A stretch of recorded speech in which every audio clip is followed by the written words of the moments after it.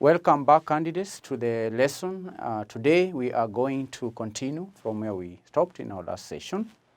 In our last class, we discussed various ethical dilemmas, which we also refer to as ethical moral dilemmas. In our today's session, we covered leaks, we covered whistleblowing, we talked about gossip, secrecy, rumors, and so on. So today we are going to study ways in which ethical dilemmas can be handled in communication. And candidates, although some ethical dilemmas are most easily solved than others, all involve making evaluations and judgments about what is morally right and wrong, what is fair and what is not, and also what will cause harm and what will not. So ethical communication requires effective critical thinking, requires skills, requires recognizing the importance of diverse perspectives, requires respect for the well-being of self and others. It also requires taking responsibility for individual and also group actions, and so on. Because previously we had said that every communication, when we communicate messages, those messages have consequences. We mentioned also that in our previous sessions that it is important to be sensitive to people's feelings when you communicate. So effective communication also requires reflecting on the choices that group members make, on the choices that you make as an individual, and so on. All right? So what are some of the ways in which ethical dilemmas can be handled in communication? Now, when faced with an ethical dilemma or ethical dilemmas, the foremost thing to consider is the law. Consider the law. So we can call that legal considerations. Legal considerations. Now, one place to look for guidance is the law. If saying something or writing something is clearly illegal, then you have no dilemma. You just obey the law. That's the first consideration.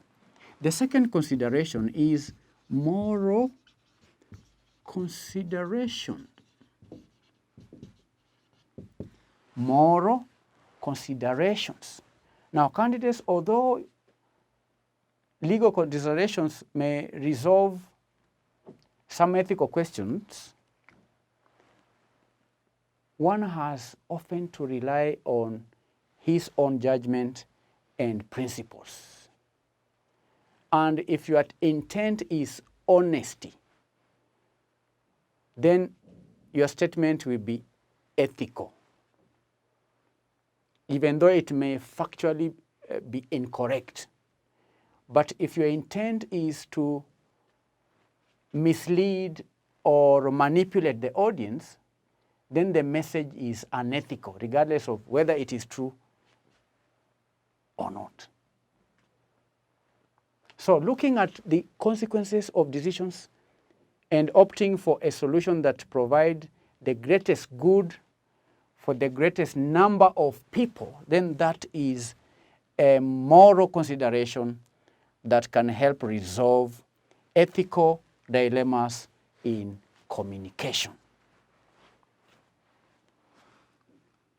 Point number 3. Remember, we are discussing ways in which we can handle ethical dilemmas in communication. Maintain candor. Maintain candor. Maintain candor. What is the meaning of candor? Candor refers to truthfulness, refers to honesty, refers to frankness in communication with other people. And candidates, although revealing everything you know about a situation may not always be appropriate, For example,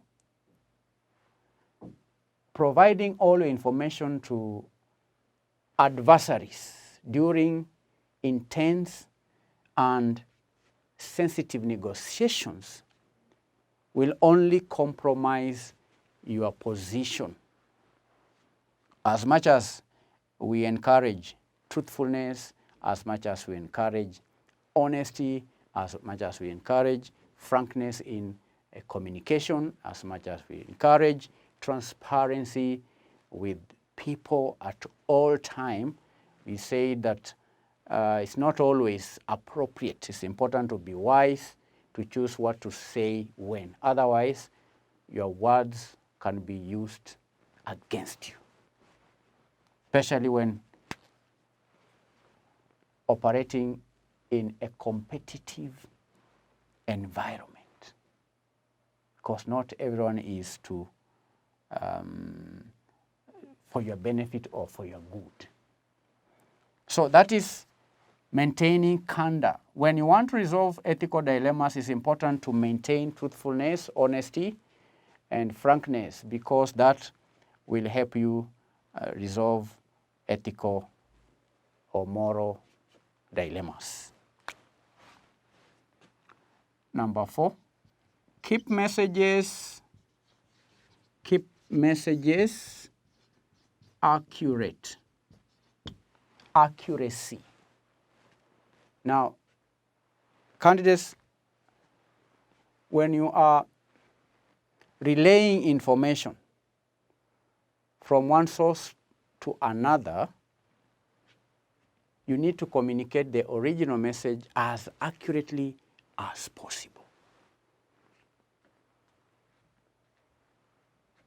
Why? Because ethical communicators do not take liberties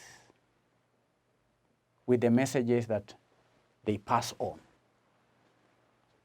Keep messages accurate. That will help you to handle ethical dilemmas in communication. Number 5, avoid deception. Avoid deception. Avoid deception. Now, candidates, ethical communicators are always vigilant in their quest to avoid deception, to avoid fabrication, to avoid intentional distortion or withholding of information in their communication. When you avoid deception, then you can deal with ethical dilemmas in communication. Number 6, behave consistently. Behave consistently. Now, one of the most prevalent yet noticeable areas of unethical behavior is communicating one thing and then doing another. You must always monitor your behavior to ensure that it matches what you say to others. You don't preach water and drink wine. By so doing, you'll be able to handle ethical dilemmas in communication. 7, maintain confidentiality. Maintain confidentiality. Maintain confidentiality when required. When something tells you something and expects you not to divulge that information to others, remember, a sacred trust has been placed on you. Why? Because you are required to maintain confidentiality in that case. When you tell me something and you confide in me that what I've told you is confidential, that information, I should not relay it to others. Because the moment you tell me that the information I'm giving you is confidential, then I need to treat that information, I need to treat that agreement, because if I agree to keep confidentiality, then we say a sacred trust has been placed on me. So divulging that information to others without your consent, that is not the right way to go. Because that is not the right way to handle ethical dilemmas in communication. Maintaining confidentiality.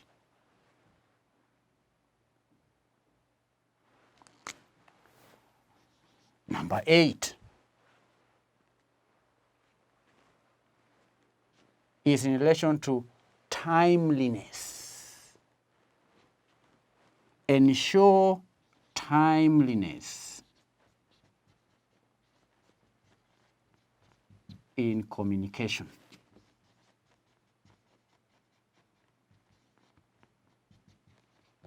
Ensure timeliness of communication. Now, currently the timing of a message can be very critical. When you delay sending messages so that others do not fully benefit, they can rightly assume that you have acted unethically. So one way to avoid that is to ensure that you convey messages on timely basis or when required to do so. Number 9, confront unethical behavior.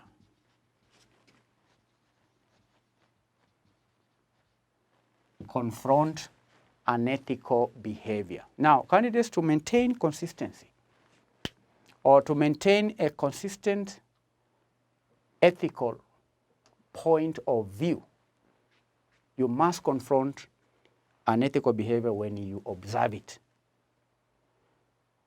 Because public condemnation of unethical persons may not be necessary, but it is important that people understand that your own tolerance for unethical behavior is very low.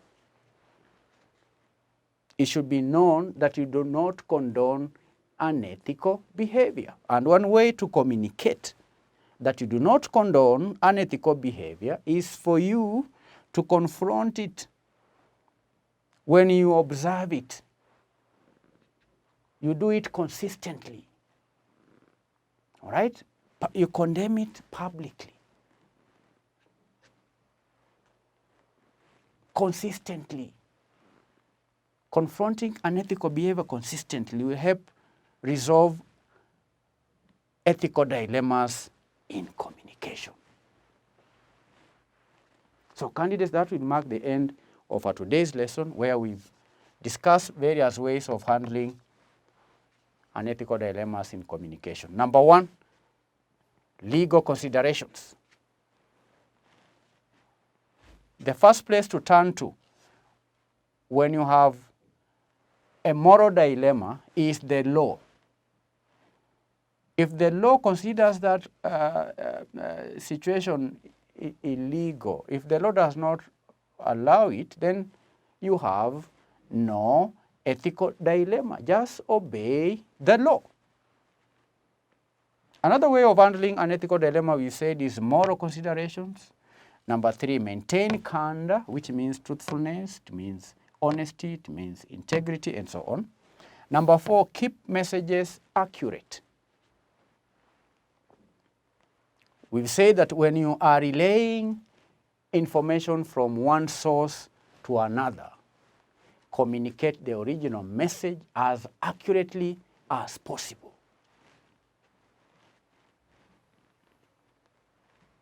Number 5, avoid deception.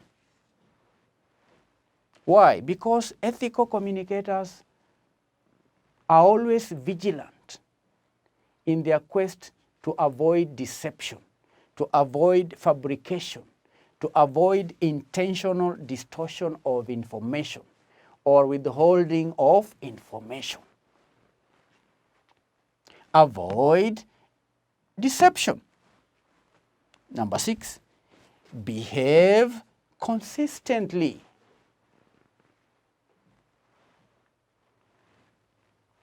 Why? Because sometimes we say one thing but behave differently. That is one area of unethical behavior, communicating one thing and doing another. You must always monitor your behavior to ensure that it matches with what you say. Behave consistently. Number 7, maintain confidentiality. In our last lesson, we talked a lot about secrecy. Maintain confidentiality. When someone tells you or gives you certain information, and you agree that that information is confidential, you have a sacred trust to ensure that that message is not released to third parties. Confidentiality. Number 8, ensure timeliness in communication. Then lastly, we've discussed confronting unethical behavior. That effectively brings the lesson to an end. But as we close, here is your assignment.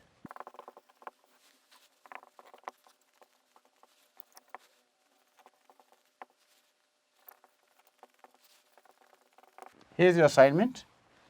Explain 7 ways in which moral dilemmas may be handled in communication. Make sure the assignment is done. When answering the question, do not directly refer to your notes. Try and see if you can actively recall what we have learned today. Thank you. God bless you.